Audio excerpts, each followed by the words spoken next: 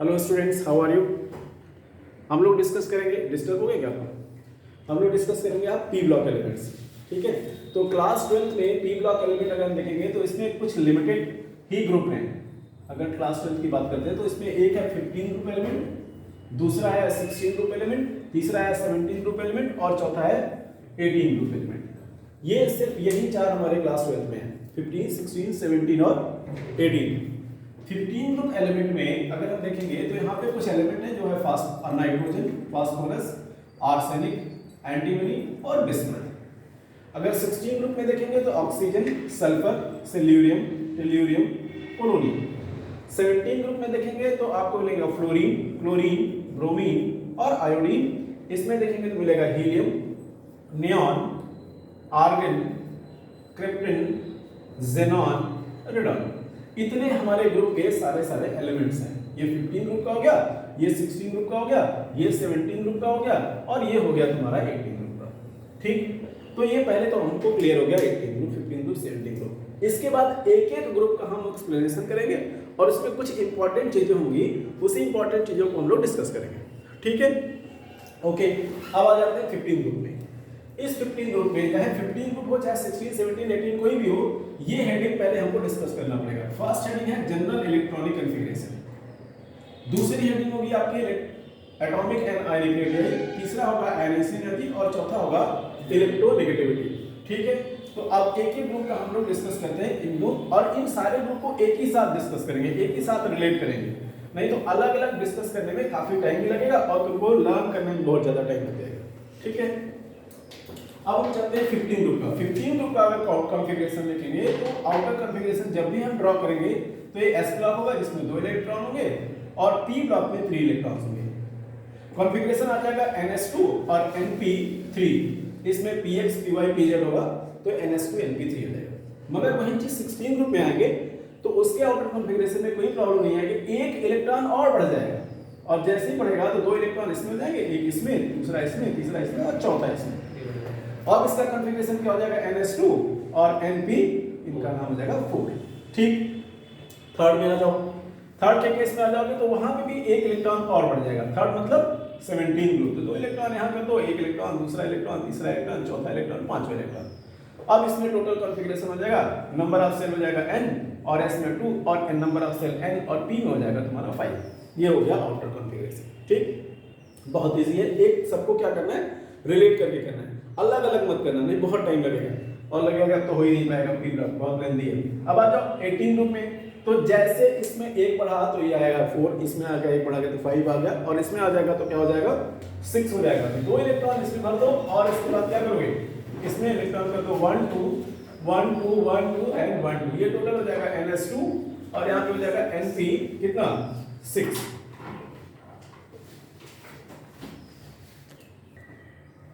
Okay students, तो ये clear हो गया, इसमें 2 इलेक्ट्रॉन, इसमें 3 इलेक्ट्रॉन, और जैसे जैसे 15 से 16 में जाएंगे तो एक इलेक्ट्रॉन और बढ़ जाएगा, 16 से 17 में जाएंगे तो एक इलेक्ट्रॉन और बढ़ जाएगा, 17 से 18 में जाएंगे तो एक इलेक्ट्रॉन और बढ़ जाएगा।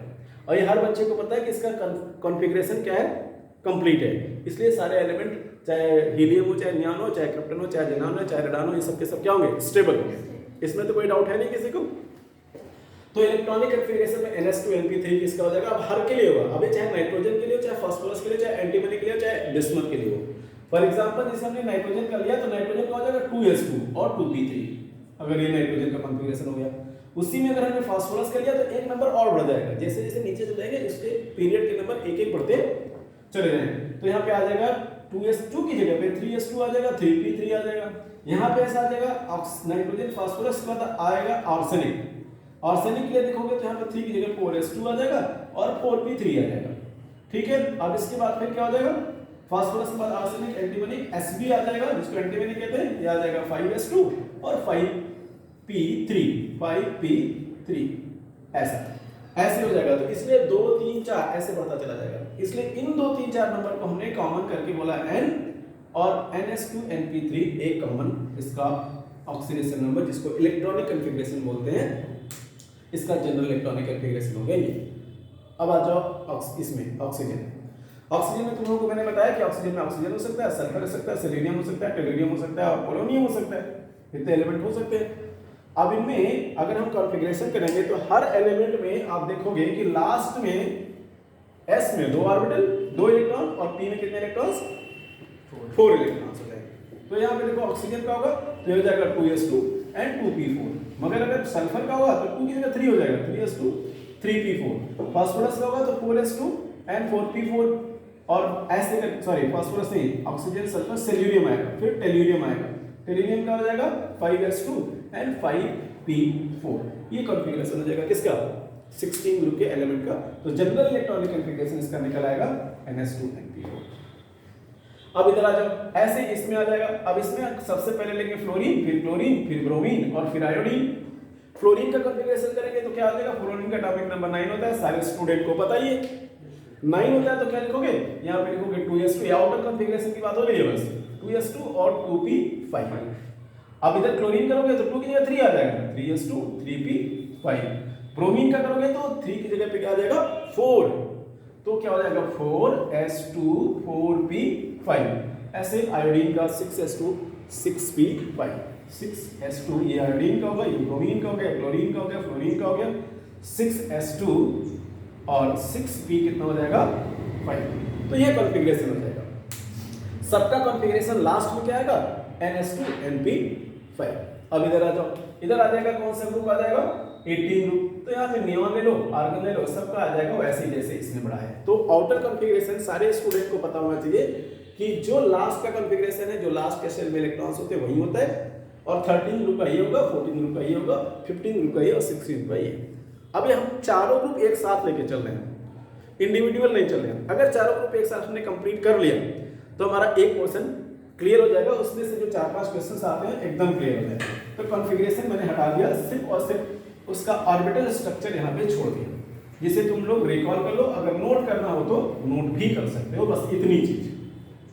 और कॉन्फ़िगरेशन में नोट करते वक्त लिख देना ns2np3 इसके लिए, ns2np4 इसके लिए, ns2np5 इसके लिए, ns2np6 इसके लिए। बस इतनी चीज ही जाननी है, उसके साथ इतना एक्सप्लेनेशन था। क्लियर हो गया? कोई डाउट है? अब आगे बढ़ते हैं। दूसरा पार्ट आ जाएगा atomic and ionic radius. Atomic and ionic radius एकदम जीरो से सोचो, होता क्या है। कोई भी एटम होगा, हर एटम में जो हमें अभी तक इंफॉर्मेशन मिली है साइंटिस्ट के थ्रू, हर एटम ऑलमोस्ट स्फेरिकल होता है, उसमें न्यूक्लियस होता है और उसमें आउटर सेल होती है। न्यूक्लियस से लेकर के, सेंटर ऑफ न्यूक्लियस से लेकर के लास्ट तक जितना रेडियस होता है उसी को हम बोलते हैं एटॉमिक रेडियस। एक एटम का सेंटर से लेकर के लास्ट तक जितना रेडियस होता है वो क्या बोलते हैं एटॉमिक रेडियस। अब एटॉमिक रेडियस 15, 16, 17 ग्रुप और 18 ग्रुप की हम बात करेंगे।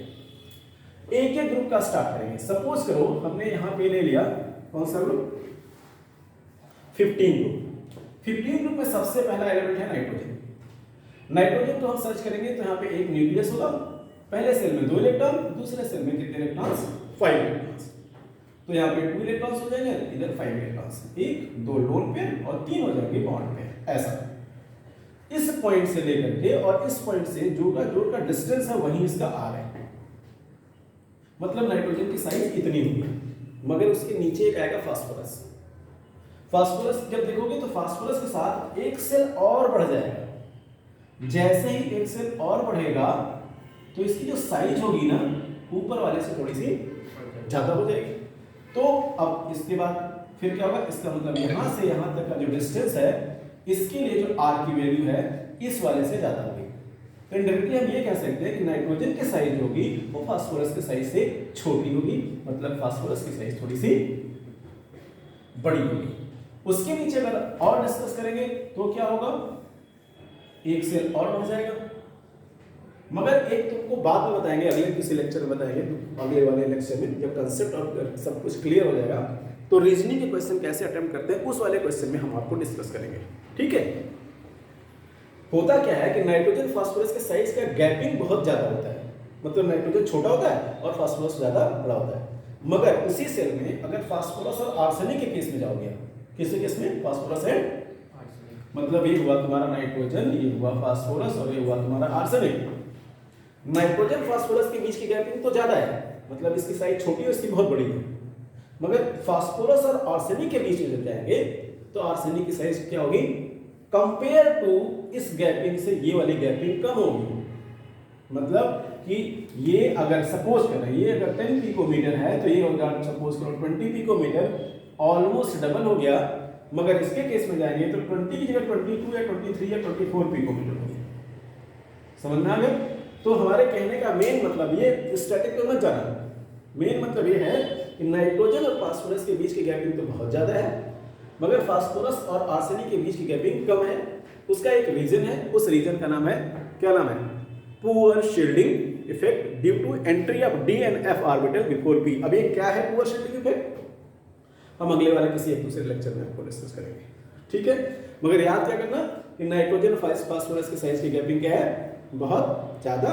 फास्फोरस और आर्सेनिक के बीच की गैपिंग क्या है? बहुत कम। बड़ा है ये मगर गैपिंग कम है, साइज डिफरेंस बहुत कम है। उसका रीजन क्या है? Poor shielding effect. और पुअर शील्डिंग इफेक्ट का मेन रीजन होता है due to entry of d and f before p. बात समझ में आ गई? अब जरा तुम सोचो, थोड़ा सा अपना दिमाग लगाओ। दिमाग क्या लगाओगे? ये केमिस्ट्री है, इसमें हर चीज लगभग एक जैसा होता है। कुछ ही चीज ऐसी होती है जो एक्सेप्शंस होते हैं, उस एक्सेप्शंस का हम लोग क्या करेंगे? डिस्कस करते हैं। अब आ जाओ जरा ऑक्सीजन वाले में।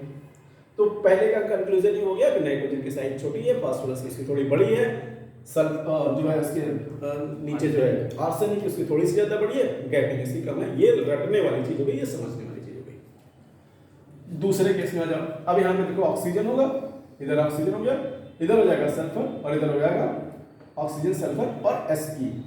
चलिए अब फिर से यहाँ पे भी साइज बात करेंगे हम लोग। अब इसकी साइज देखा तो इसकी भी साइज देखेंगे, इसकी भी साइज देखेंगे, इसकी, मतलब सबका एक साथ ही चल रहा है। इसमें जरा देखो तो इसमें देखोगे तो क्या होगा? इसके बीच की गैपिंग क्या है? कम है।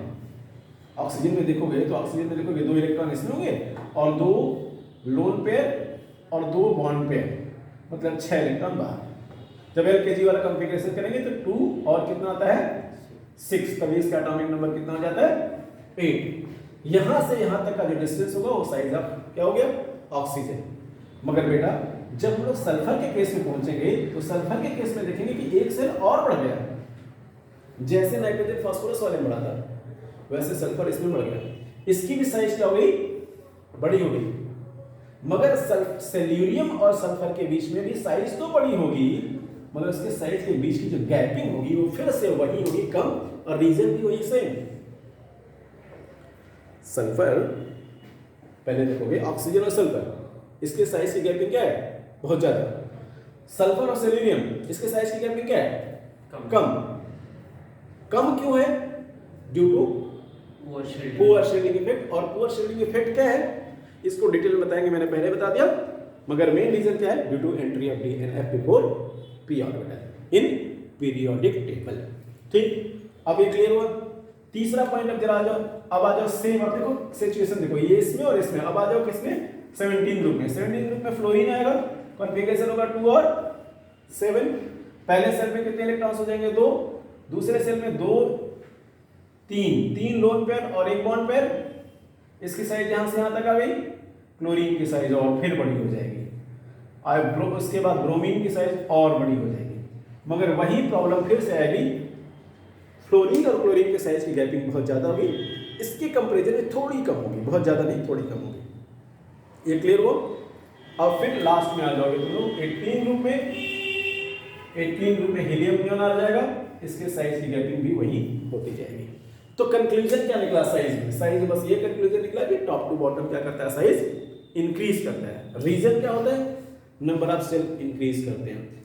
और इसके बाद जो सेकेंड पीरियड थर्ड पीरियड की गैपिंग है वो कम होती है, और थर्ड और फोर्थ पीरियड के बीच की गैपिंग जो होती है वो क्या होती है? सेकेंड थर्ड की गैपिंग ज्यादा होती है, और थर्ड और फोर्थ के बीच गैपिंग क्या होती है? क्योंकि फोर्थ पीरियड से किसकी एंट्री हो जाती है? डी ब्लॉक की। और रीजन क्या है? इनर पेयर, सॉरी सुपर, क्या नाम है इसका? Poor shielding effect. तो ये हो गया तुम्हारा साइज का क्लियर। डन? इसमें कोई दिक्कत? अब थर्ड पार्ट चलेंगे हम लोग, ionisation energy. Ionisation energy means क्या होता है? पहले मोस्टली बच्चे यही नहीं जानते कि आयोनाइजेशन एनर्जी मींस क्या होता है।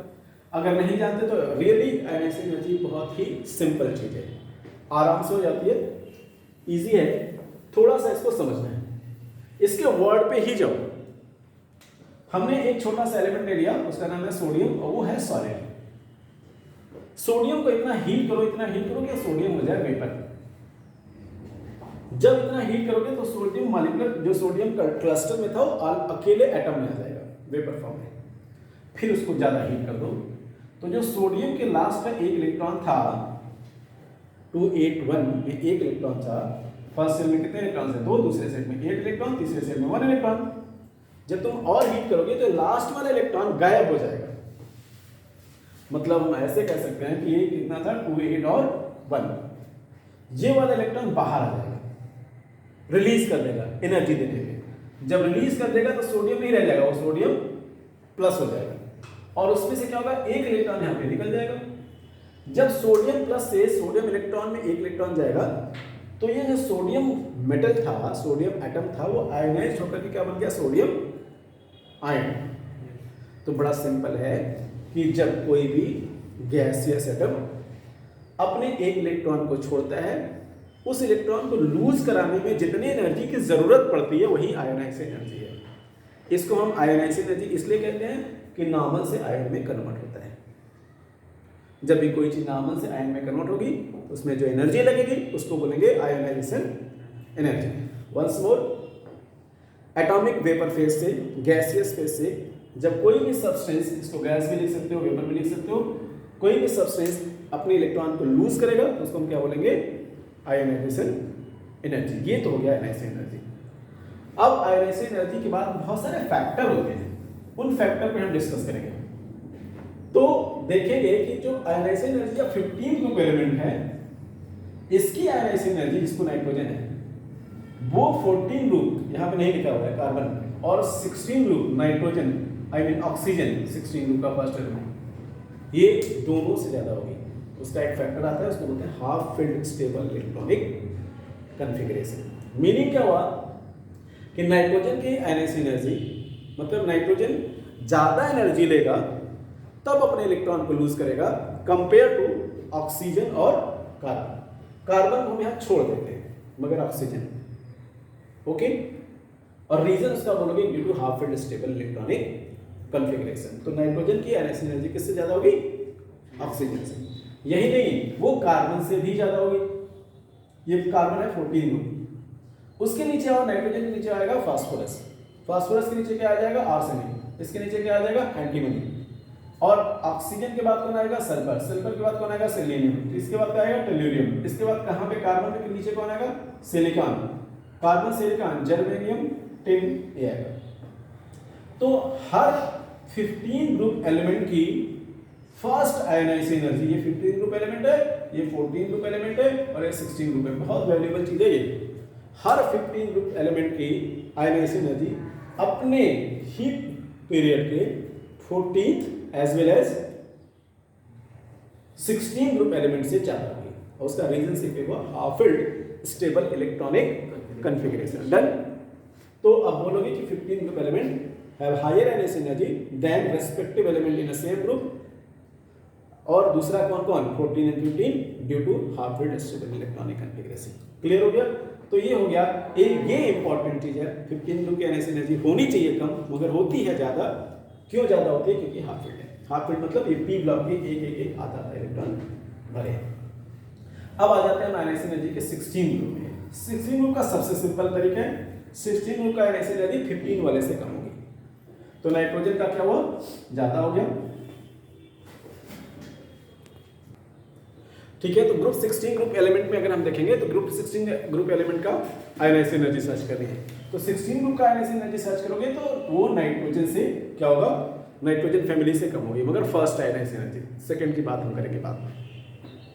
अब इसके बाद फिर से क्या करेंगे, 17 ग्रुप में देखेंगे तो 17 ग्रुप जो है उसकी आयोनाइजेशन एनर्जी, ये जो 17 में फ्लोरीन है, क्लोरीन है, ब्रोमीन है, आयोडीन है, इसकी आयोनाइजेशन एनर्जी ज्यादा होगी।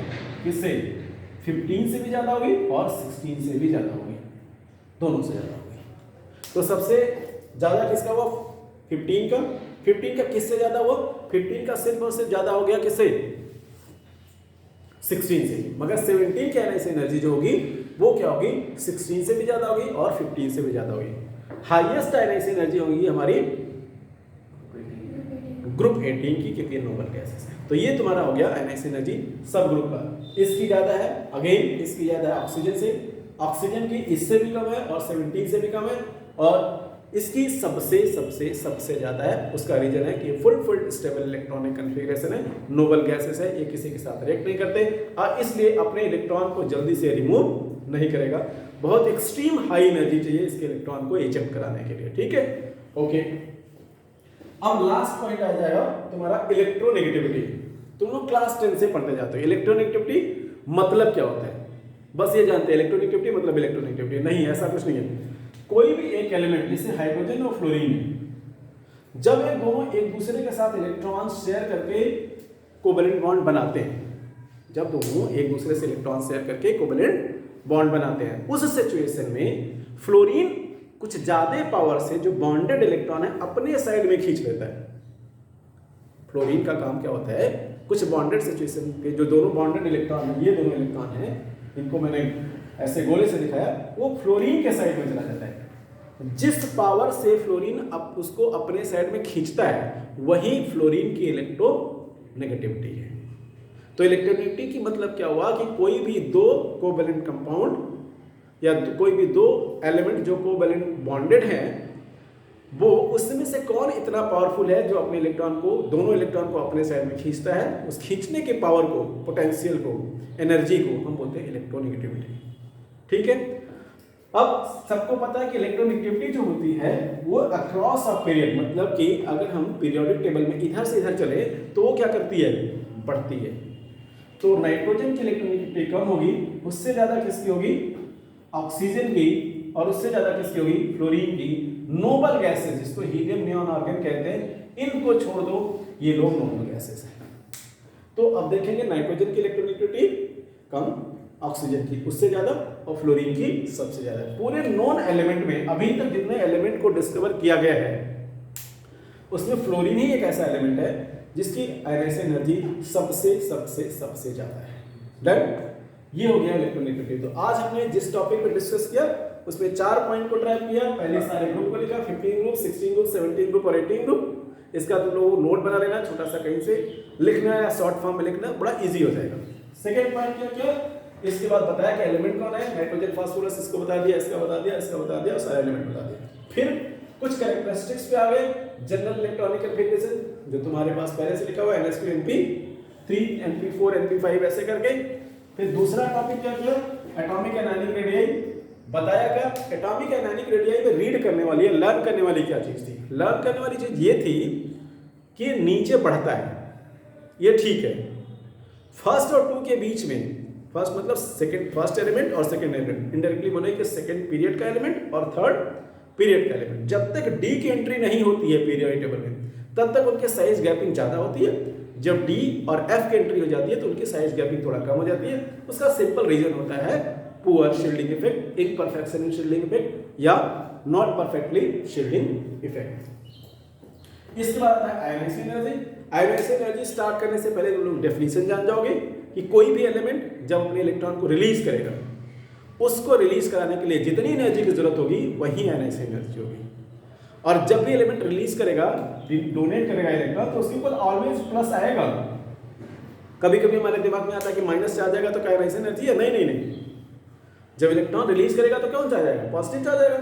तो किसी को न्यूट्रल से पॉजिटिव में ले जाने में जितनी एनर्जी की जरूरत होगी वही उसकी आयनाइजेशन एनर्जी होगी। और न्यूट्रल में वेपर फेज में ही होना चाहिए, ना कि सॉलिड स्टेट में, ना कि कंडीशन, वो आइसोलेटेड अलग एक एटम के फॉर्म में होना चाहिए, ठीक है। अब उसके बाद एक्सेप्शन क्या था, नाइट्रोजन की ज्यादा थी ऑक्सीजन से, और फ्लोरीन की नाइट्रोजन ऑक्सीजन दोनों से ज्यादा थी, और हाइड्रोजन की सबसे ज्यादा, आई मीन क्या नाम है इसका, नोबल गैसेस।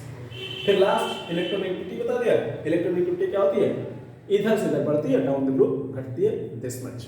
अब नेक्स्ट वीडियो में हम लोग आगे इसका रिएक्टिविटी आप पी ब्लॉक हाइड्रोजन के साथ, ऑक्सीजन के साथ, हैलोजन के साथ और मेटल के साथ डिस्कस करेंगे।